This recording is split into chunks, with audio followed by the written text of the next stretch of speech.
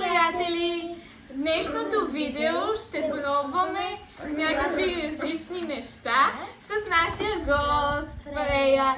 Ще я пуснем на земята, за да може да е спокойна. И сега започваме да пробваме. Ще пробваме шоколадите Лава Беар, като сме взели с чизки. Взели сме и с пукащи бомбони. Да, оставихме Фрея.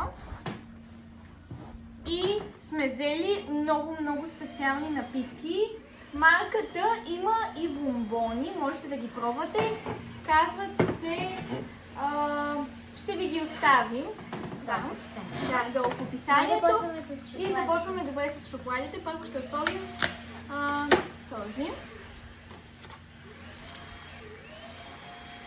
Сега да видим дали наистина ще пука в устата, защото пише, че пука.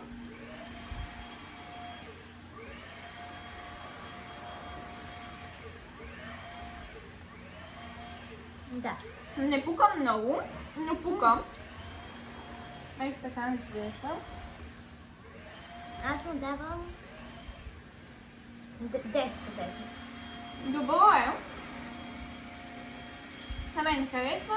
Давам му 8 от 10. Да продължим с чизкейк.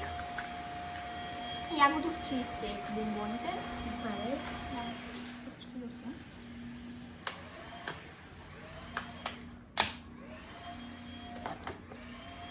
Аз взем този. Така, сега ще пробваме.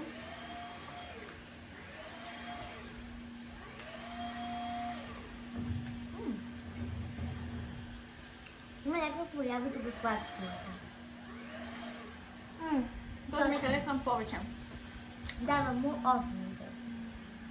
На мен този много повече ми харесва. По принцип не обичам много сладко, но това много ми харесва. Обожавам сладко. Да, Аз мога 10 да... от 10. Нямам бомбони без да. Да. Така. Сега. Сега можеш напитките, аз да Напитките, да, и аз. Аз ще ги оставя за после. Ето ги напитките. Много са търсени навсякъде. Ще ви кажем в описанието къде е магазина, от който ги взехме, за да може и вие да се възползвате. Да. Само да...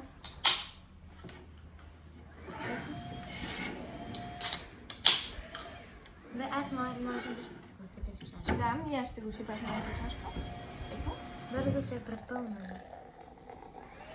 Виждам, че е газирана напитка. Yes. Розове, защото си по цялото. Не знам. Взема се първо цялата. Сега ще пробваме. Не ме рез. Има вкус на лимонада от диня.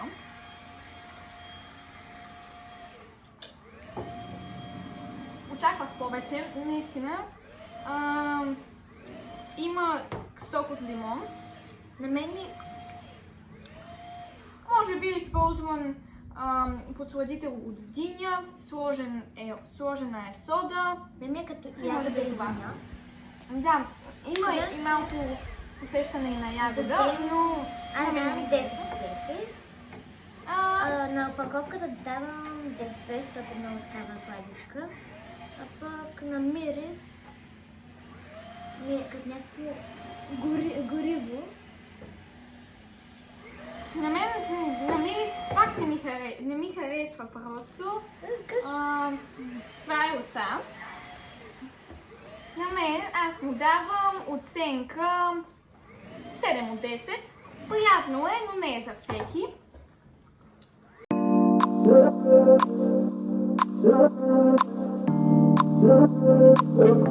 И това беше нашето видео.